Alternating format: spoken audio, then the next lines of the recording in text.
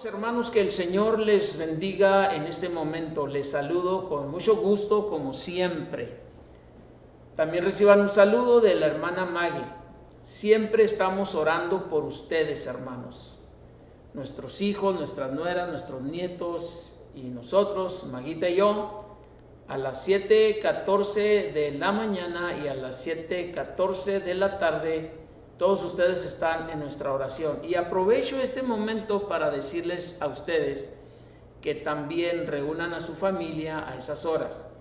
Es un proyecto de oración que establecimos en el Distrito Norte de Chihuahua, el orar 2 veces al día, 7:14 de la mañana y 7:14 de la tarde, atendiendo a lo que dice segundo de Crónicas 7:14: si se humillare mi pueblo, sobre los cuales mi nombre es invocado, y oraren, y se convirtieren de sus malos caminos, entonces yo oiré desde los cielos, perdonaré sus pecados y sanaré su tierra. Nuestra tierra necesita una manifestación del poderío y de la gracia y de la misericordia de Dios. Así que yo pido a todos los hermanos de Bethsaida y del Centro Cristiano Emanuel que hagan este ejercicio espiritual, orar a esas horas que ya indiqué. Junta a tu familia, hermano, júntense todos, oren juntos, alaben al Señor. Y ahí es una oportunidad para instruir a nuestros hijos, a nuestros nietos, sobre la práctica poderosa de la oración. Así que voy a encargarles, hermanos, que estén al tanto de esto. Usted, como jefe de familia, va a hacer esto. Le repito, 7:14 de la mañana, orar con los que estén ahí en su casa. 7:14 de la tarde también. Y cada horario ya establecido, orar por 3 minutos mínimo. Si usted quiere orar más, no hay ningún problema. Eso va a cambiar las cosas en nuestras ciudades. Bien. Abran su Biblia en el segundo libro de Samuel, capítulo 23. Vamos a leer los versículos 1 al 7. A este estudio le he titulado Las últimas palabras del rey David. Y tengo que darlo en 2 partes porque es abundante la riqueza escritural, espiritual que este pasaje tiene para nosotros. Así es que debido a eso tengo que hacerlo en 2 sesiones. Esta es la primera. Bien, considerando que ustedes ya están listos con el pasaje designado, lo leemos. Repito cuál es el pasaje. Es segundo libro de Samuel, capítulo 23, versículos 1 al 7. Es emocionante el leer estas palabras, hermanos. Escúchenlas y léanlas conmigo también. Estas son las palabras postreras de David. Dijo David, hijo de Isaí, dijo aquel varón que fue levantado en alto, el ungido del Dios de Jacob, el dulce cantor de Israel. El Espíritu de Jehová ha hablado por mí, y su palabra ha estado en mi lengua. El Dios de Israel ha dicho, me habló la roca de Israel. Habrá un justo que gobierne entre los hombres, que gobierne en el temor de Dios. Será como la luz de la mañana, como el resplandor del sol en una mañana sin nubes, como la lluvia que hace brotar la hierba de la tierra. No es así mi casa para con Dios. Sin embargo, Él ha hecho conmigo pacto perpetuo, ordenado en todas las cosas y será guardado, aunque todavía no haga Él florecer toda mi salvación y mi deseo. Mas los impíos serán todos ellos como espinos arrancados, los cuales nadie toma con la mano, sino que el que quiere tocarlos se arma de hierro y de asta de lanza, y son del todo quemados en su lugar. Hermosas palabras, sobre todo palabras inspiradas por el Espíritu del Señor. Palabras que recopilaron estos varones de Dios. Samuel, el gran profeta, el profeta Natán y Gad, el profeta. Ellos recopilan estas palabras y se cree que ellos fueron los que dejaron estos antecedentes escriturales para después se escribieran los libros primero y segundo de Samuel y hasta primero y segundo de Crónicas y primero y segundo de Reyes. Es la creencia que tienen los eruditos en el estudio de la Biblia. Es muy interesante todos estos datos, porque Samuel fue un gran profeta, un hombre de Dios. Lo predicamos en su momento, lo enseñamos en su momento. Fue un hombre que dice la Escritura, todo Israel, desde Dan al norte de la patria israelita, hasta Beerseba, el sur de la patria, todo Israel conoció que Samuel era fiel profeta de Jehová. ¿Y qué decir de Natán, el profeta valiente que amonestó a David cuando éste le falló a Dios y tuvo en poco la palabra del Señor? Y el gran profeta Gad, que no se queda atrás, aquel profeta que le dijo a David que edificara un altar en la era de Arauna, Jebuseo. Estos hombres recopilaron todas estas bellas historias y bellas lecciones para nosotros el día de hoy. Y entre lo que recopilaron son estas, las últimas palabras del rey David. Yo te tomé del redil de detrás de las ovejas, para que fueses príncipe sobre mi pueblo Israel, y he estado contigo en todo cuanto has andado, y delante de ti he destruido a todos tus enemigos, y te he dado nombre grande como el nombre de los grandes que hay en la tierra. Segundo de Samuel 7:8. Esas son las palabras del gran profeta Natán. Estas palabras son una descripción de las experiencias del rey David desde su juventud hasta el éxito de su reinado. Sin embargo, todo llega a su fin. Nada es para siempre. Solo Dios es eterno. Así es que aprovechemos los días que el Señor nos da para servirle con ánimo pronto, con corazón perfecto, para honrar su nombre y su palabra. Este es el tema, las últimas palabras del rey David. Es un tema sacado de allí mismo, de el texto que leímos. Ustedes ya lo leyeron también. Vamos a orar que el Señor nos ayude. En la exposición me ayude a mí y en la recepción le ayude a usted, nos ayude a todos. Padre Celestial, en el nombre de Jesús, gracias por tu palabra. Mi alma te alaba, Señor. Te alabo y te bendigo. Gracias por tu bondad, gracias por tu misericordia. Enséñanos lo que tú quieras enseñarnos a través de este pasaje, inspirado por tu Espíritu Santo, sin duda.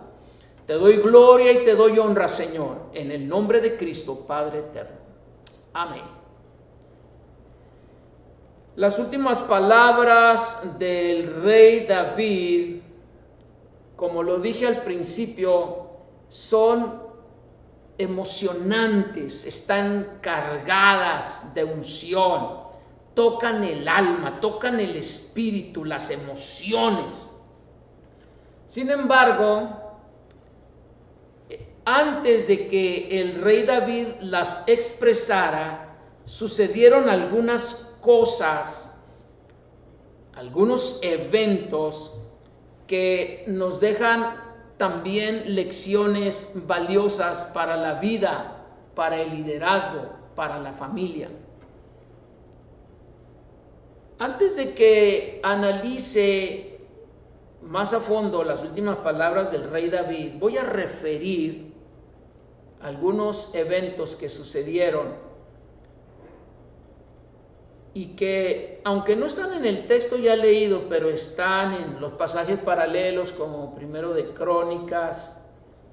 Allí hay algunas cosas muy interesantes que el rey David enfrentó y que nos enseña cómo enfrentar nosotros lo que aparezca en el horizonte de nuestra vida de manera inesperada. Hay cosas que vienen a usted y vienen a mí de esa manera. Inesperadamente nos encontramos con que tenemos que solucionar algún problema.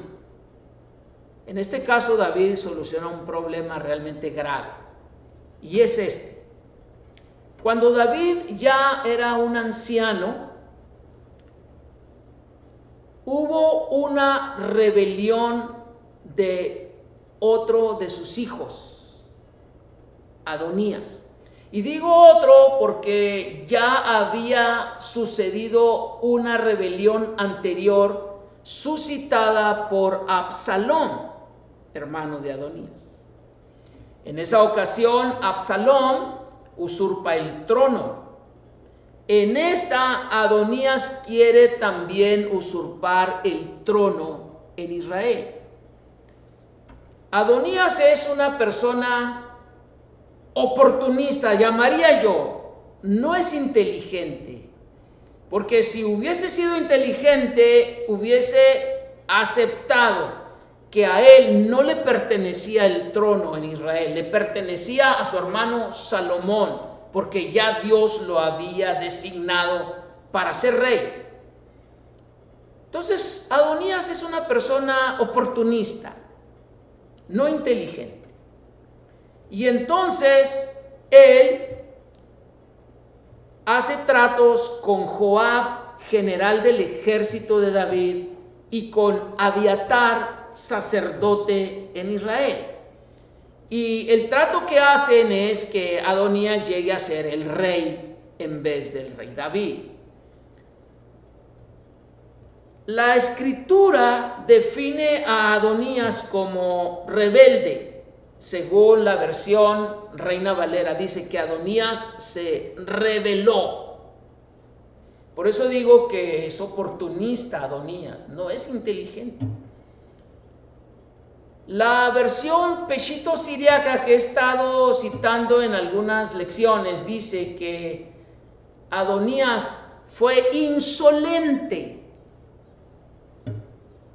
Y ahí hay ya dos palabras diferentes entre rebelión e insolencia, pero ambas las tenía Adonías. Por eso digo que Adonías fue oportunista. Vio que su papá, el rey David, está ya anciano, y él dice, bueno, yo voy a asumir el trono. No le pertenecía asumir el trono. Y entonces hace un complot contra su propio padre. Ya hay un antecedente. Absalón había hecho ese complot contra David. Ahora él lo hace. Cuando yo estaba analizando este pasaje, recordé que una vez pensé lo siguiente y se lo expresé a mi pastor, el hermano Andrés Rayos. Le dije, mire pastor, he aprendido que en los años de ministerio siempre vamos a batallar con los mismos problemas. Y he aprendido que cuando yo llegue a tener, por decir, 70 años de edad y 50 años de ministerio, por decir algo, no estaré exento de enfrentar los mismos problemas que enfrenté cuando era un ministro joven. Y esa vez platicando con el pastor, el hermano Andrés, le dije: pastor, usted lo que debe hacer es ya descansar y poner a sus líderes allí para que corran la iglesia. Claro, siendo usted el pastor principal, siendo la cabeza y dirigiendo solamente, pero ya no asimile tantos problemas que se suscitan en las congregaciones. Y esa plática la recordé cuando estaba haciendo este estudio, porque David ya era un anciano, y otra vez enfrentar un complot, y lo peor, un complot suscitado por uno de sus hijos. Esto enseña a los ministros que en el ocaso del liderazgo, cuando nuestro liderazgo está por terminar, no vamos a estar exentos de enfrentar problemas que hemos enfrentado durante toda la vida del ministerio. Sin embargo, David nos enseña cómo solucionar esas situaciones inesperadas. Ahora, aplicándolo a la vida familiar, a la vida de liderazgo. En la vida familiar vendrán situaciones inesperadas, conflictos que hay que solucionar, conflictos que hay que enfrentar.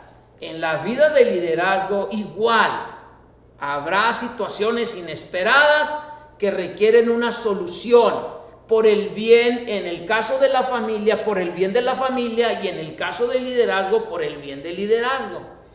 Entonces, cuando se hace este complot, David siempre tuvo la bendición de tener a su lado líderes leales, amigos leales, y entre ellos estaba el profeta Natán. En otras lecciones yo nombré algunos líderes que demostraron lealtad a David y que lo defendieron en el momento oportuno, como Abisaí, su sobrino, o como Eleazar, y como otros líderes que él tuvo. Y esa es una bendición para el liderazgo del día de hoy, o para los pastores del día de hoy, o para los hermanos del día de hoy, que tengamos amigos que nos ayuden a solucionar los complots, los conflictos que de momento se suscitan. En este caso, Natán tuvo una intervención oportuna para detener este complot. Cuando Adonías citó a Joab, a Abiatar, a otros de sus hermanos, a algunos guerreros de David, hicieron una fiesta en grande. El profeta Natán, al darse cuenta de esto, actúa con sabiduría, con prudencia y con estatura espiritual. Y entonces va y le dice a Betsabé, la esposa de David, le dice: fíjate lo que está haciendo Adonías y recibe mi consejo. Ve y preséntate ante el rey y le vas a decir: rey, tú dijiste que Salomón, mi hijo, iba a sucederte en el trono. Entonces, ¿por qué Adonías se proclama ya como rey? Estas palabras se las está diciendo Natán, el gran profeta, a Betsabé, la esposa de David. Y Natán añade lo siguiente: cuando tú estés en la presencia del rey diciendo estas palabras, entraré yo y confirmaré tus palabras. Esa es la intervención oportuna que hizo el gran profeta Natán. Del profeta Natán casi no se habla mucho en nuestros estudios. Qué bueno que hoy estamos hablando de él. Hablamos del profeta Elías, del profeta Eliseo, del profeta Samuel, pero de Natán poco se habla. Pero en esta ocasión refiero a Natán y lo clasifico como un profeta genuino, auténtico, íntegro, de estatura intelectual, de estatura espiritual, leal a su rey, y actúa con oportunidad y detiene un complot que causaría una división horrible en el reino de Israel. Cuando David recibe a Betsabé y que ella le está expresando las palabras que ya nombré, que ya expresé, que ya referí, y que llega el profeta Natán y las confirma, entonces David también actúa inmediatamente y proclama a Salomón como el nuevo rey. Son situaciones que para nosotros pudiera verse que no tienen mucha trascendencia, pero para ellos en el momento sí eran de vital importancia.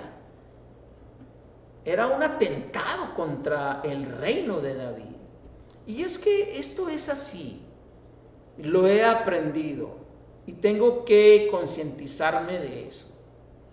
Que en cualquier momento estaré enfrentando algún otro conflicto que tenga toda la intención de dañar la obra de Dios. Y tengo que hacerlo con la prudencia, con la estatura espiritual, con la estatura intelectual, con la madurez con que Natán, David enfrentaron esa situación. Y esta es mi lección, hermano, para ustedes y para mí.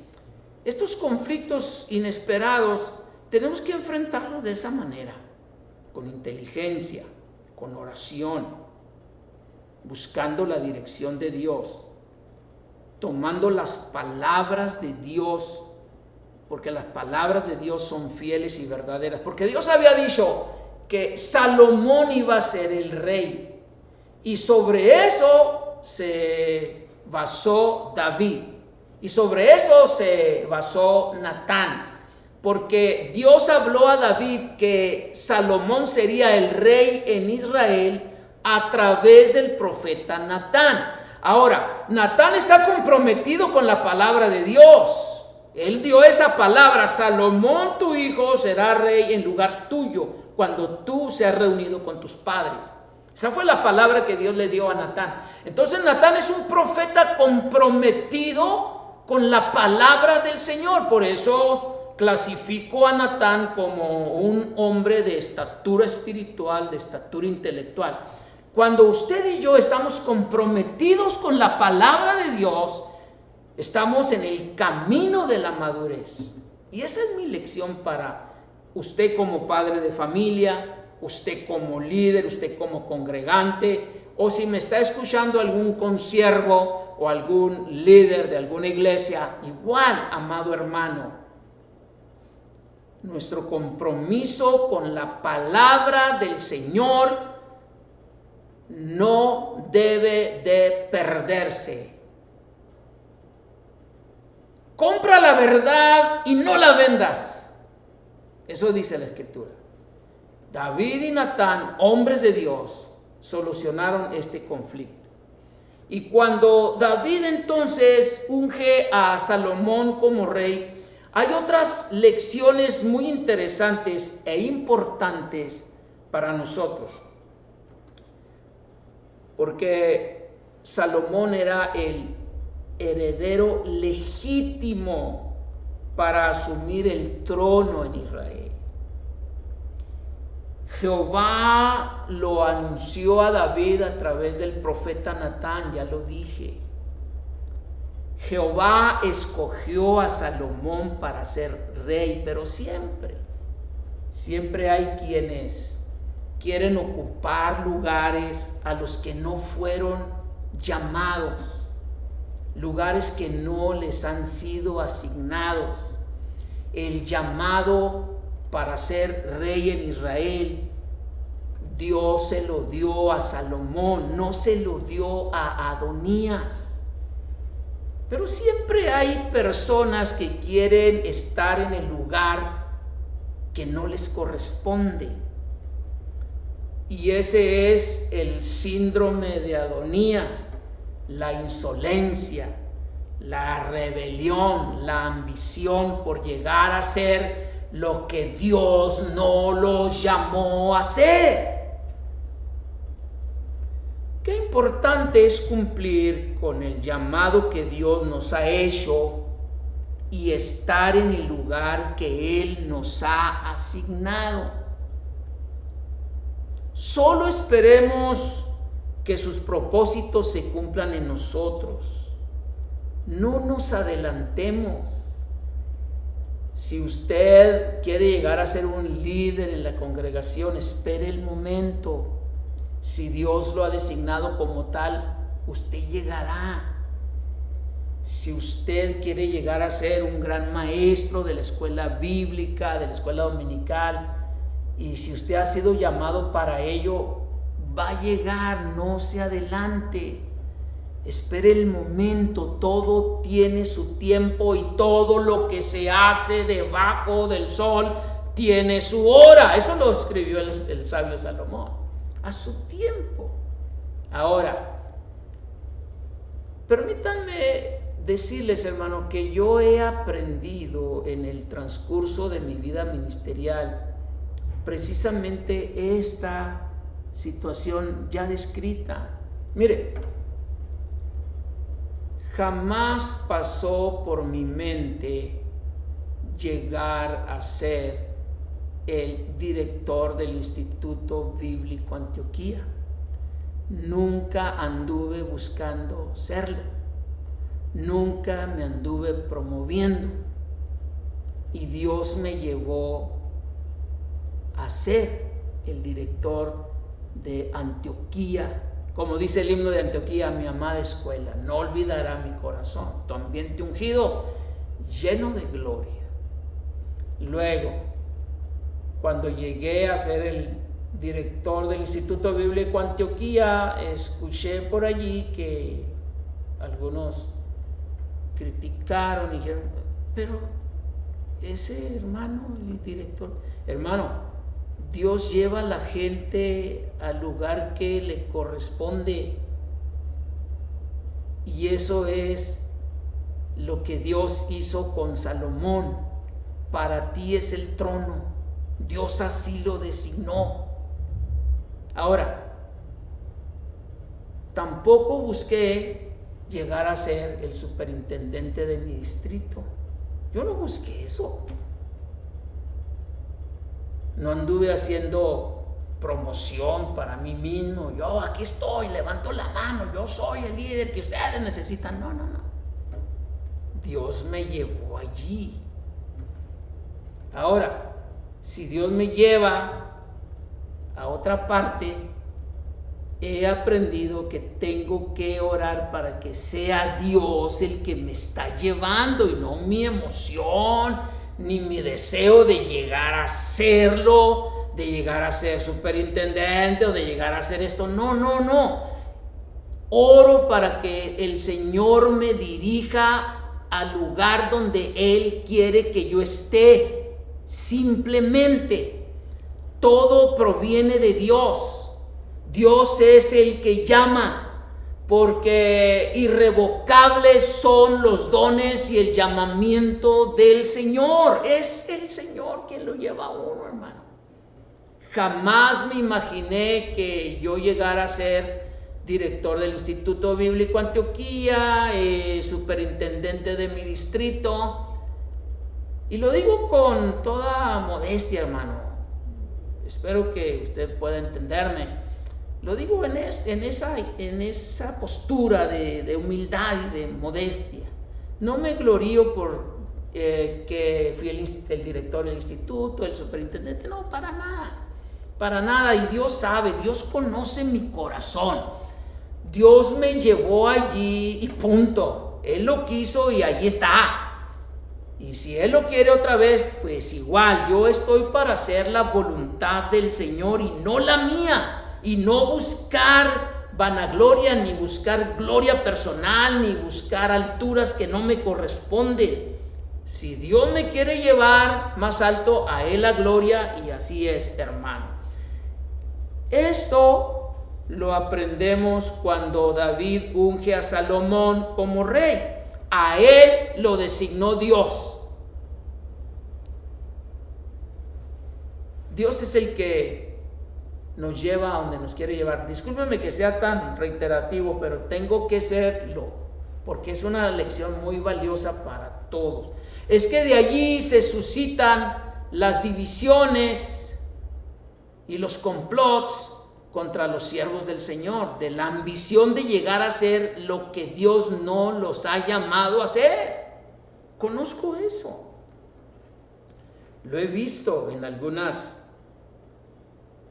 congregaciones, que hay personas que quieren ser el pastor de la iglesia, Dios no los ha llamado a ser, y hacen su complot y se juntan con los líderes principales y empiezan a hacer su trama. Conozco un caso específico, no lo voy a nombrar por ética, por supuesto, pero lo conozco, lo viví, no soy yo, ni en la iglesia Bethsaida, ni en el centro cristiano, no, lo manejé, lo viví, esa situación. Sé lo que estoy hablando, discúlpeme, pero lo que quiero evitar es que caigamos en el espíritu de Adonías, o que el síndrome de Adonías nos invada, nos posea, que es la rebelión, la insolencia, la ambición. No, jamás. Desechemos eso.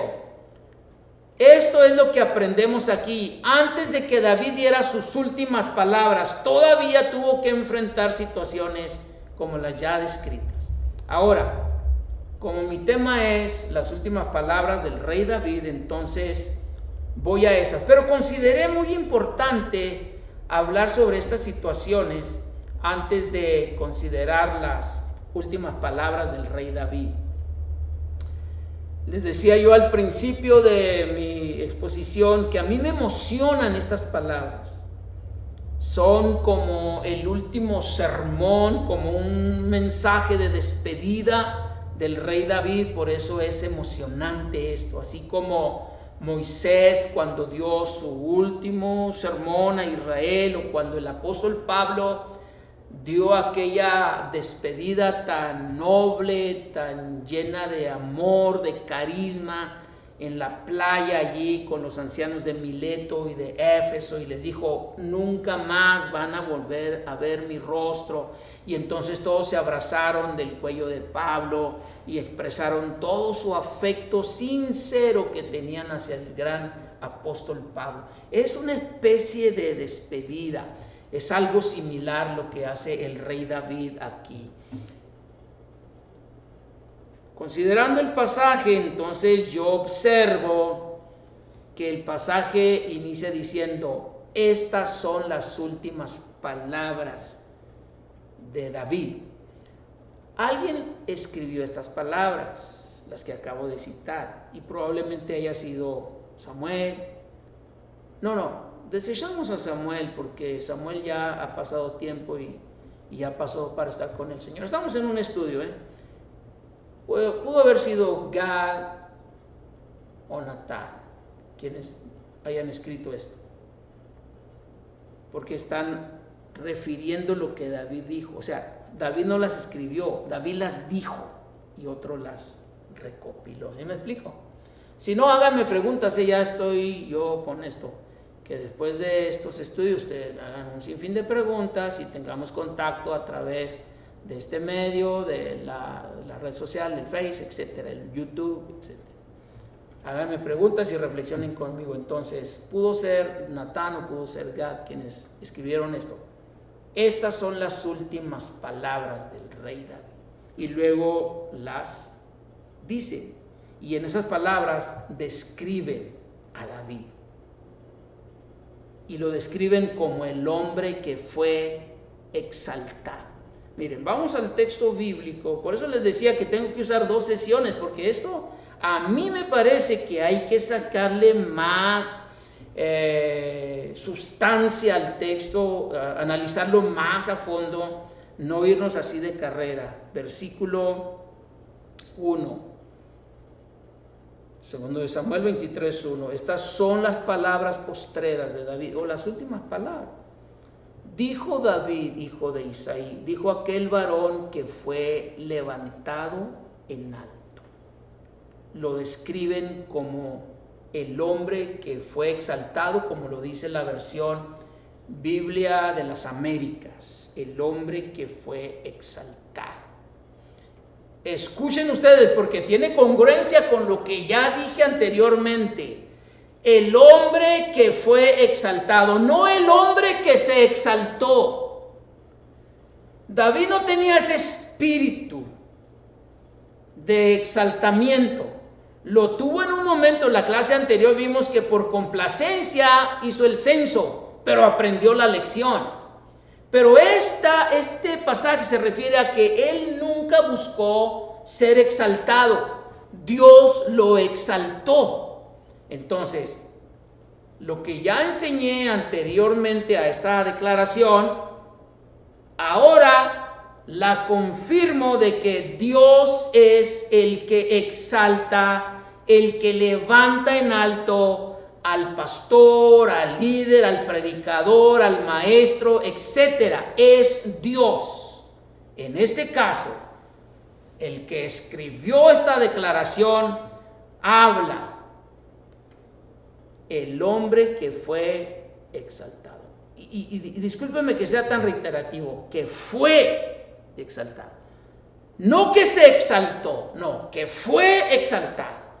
¿Y quién lo exaltó? Obvio, Jehová Dios de Israel lo exaltó. Y le dice estas palabras que ya referí en el inicio de la lección, segundo de Samuel 7:8. Y yo quiero que vaya otra vez ahí, hermano. Me parece muy importante que analicemos esta palabra. Segundo de Samuel 7:8. Y a mí me llena de emoción esto, porque me puedo identificar con esta palabra. Y dice así: yo te tomé del pastizal. Estoy leyendo la versión Biblia de las Américas, perdón. Igual, la Biblia latinoamericana de hoy es igual a la de las Américas, no cambian, esos son igualitos. Yo te tomé del pastizal, o sea, de los pastos donde pastaban las ovejas, de seguir a las ovejas, de allí te tomé. Noten ustedes, hermanos, reitero, yo te tomé. Aquí está hablando Dios a través del profeta Natán, como ya lo dije.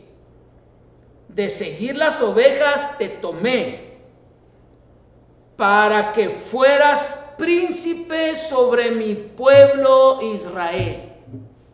Yo, Jehová, te tomé a ti, que eras un pastor, para que llegaras a ser príncipe sobre mí. De pertenecer a una familia pobre, porque David perteneció a una familia pobre. ¿Y saben ustedes por qué? Por lo siguiente: David cuidaba las ovejas que su familia tenía. Porque si la familia de David hubiese sido familia rica, hubieran contratado un pastor para que cuidara las ovejas. Pero como no lo eran, la costumbre judía es que el hijo más pequeño de la familia se encargara de cuidar las ovejas. Por eso digo que David era de una familia pobre. Y esto es lo que está diciendo aquí. Ahora, fíjense esto. Cuando Samuel, mandado por Dios, va a buscar al nuevo ungido del Señor, porque Saúl ya había sido desechado, Jehová le dice a Samuel: te enviaré a Isaí de Belén. Me emociono, discúlpeme, porque de uno de sus hijos me he provisto de rey.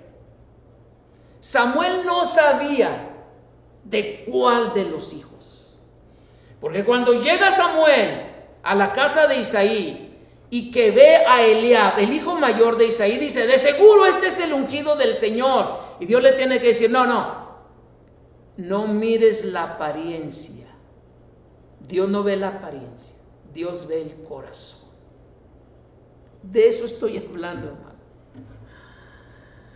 Es Dios quien elige, es Dios quien levanta del polvo al pobre o lo levanta del muladar, de la basura, para hacerlo sentar con los príncipes de su pueblo. Es Dios quien lleva al hombre a ocupar lugares de prestigio. Es Dios. Porque cuando el hombre quiere hacerlo, va a fracasar. Y un fracaso rotundo cuando uno quiere llegar a hacer lo que Dios no le ha llamado a hacer. Les dejo esta lección. Bien, continúo. Entonces, David es un hombre, un chico, un niño que pertenece a una familia pobre.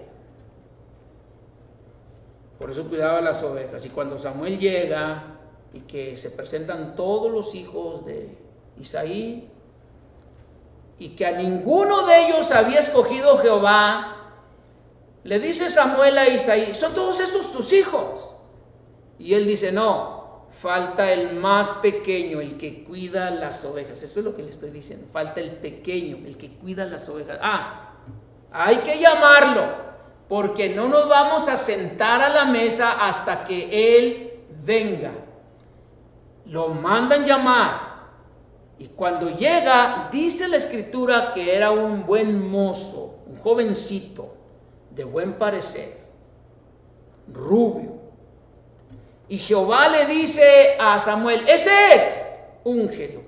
A él yo lo he escogido. No escogió a Eliab, ni a Sama, ni a Abinadab. Escogió a David. Si Dios lo ha escogido a usted, dele gloria al Señor y jamás se vanagloríe, porque Dios lo ha escogido para hacer algo en su obra. Que Dios nos guarde de eso. Dios llevó a David de ser un pastor a ser un rey. Y luego estas últimas palabras siguen describiendo a David diciendo que él es el ungido del Dios de Jacob. Cuando se ungía a una persona o a un instrumento en el tiempo la idea es esta: que a esa persona o ese instrumento estaba para uso exclusivo de Dios. Y entonces, en el caso de David, al recibir esta unción por el gran profeta Samuel, su vida de allí en adelante fue de uso exclusivo para Dios. Y David lo entendió muy bien. Y el Espíritu de Jehová vino sobre David. Y a donde quiera que iba David, Jehová lo respaldaba. Y Jehová le dio gracia delante de todo el pueblo. Y David llegó a ser lo que fue porque el Espíritu del Señor estaba sobre él y porque Dios lo había llamado a hacer lo que llegó a ser. Subrayo, Dios lo había llamado.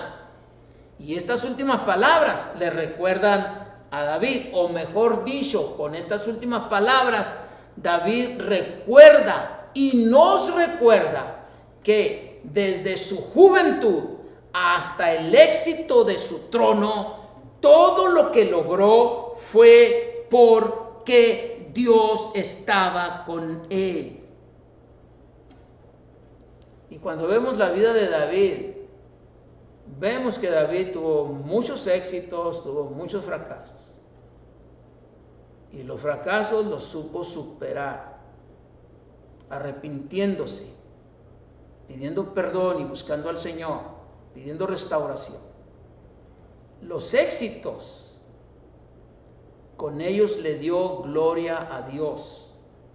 Por eso escribió el Salmo 18, donde él exalta la grandeza de Dios y donde él reconoce que lo que logró lo hizo porque Dios estaba con él. El Salmo 18, entre otras cosas, dice: con mi Dios yo asaltaré los muros, con mi Dios ejércitos derribaré, tomaré el arco de bronce y lo haré pedazos. Tenía la fuerza del Señor, la presencia del Señor, la unción del Señor. Y todo el mundo reconoció, hablando así en términos generales, ¿no? Todo Israel reconoció que sobre David estaba el Espíritu de Jehová. Les digo, hermanos, que esta lección tengo que darla en dos partes porque es amplia y no quiero pasar por alto ningún detalle. Termino con estas palabras, la primera parte de esta lección, con estas palabras de Dios. He hallado un hombre conforme a mi corazón, que hará todo lo que yo quiero. Eso le dijo Jehová a Samuel antes de ungir a David. Eso quiere decir que Dios buscó entre todo Israel un hombre que tuviera un corazón humilde, dócil, obediente, y lo encontró en David. Que Dios encuentre en usted y en mí hombres conforme a su corazón, hombres que reconozcamos nuestros errores, que nos levantemos de nuestros fracasos, hombres que reconozcamos que lo que hemos llegado a hacer es por Él y por nadie más. Ahora, Dios anduvo buscando entre todo Israel un hombre, y allí, en una humilde aldea de Belén de Judá, en una humilde familia de Isaí, encontró a un jovencito y lo llevó a ser el hombre más grande de todos los reyes en Israel. Es asombroso lo que Dios hace. Lo que Dios hace. Lo que Dios nos lleva a hacer. Señor, te agradezco tu palabra. Aprendo de ella. Espero que cada hermano, persona que me ve y me escucha exponer esta lección,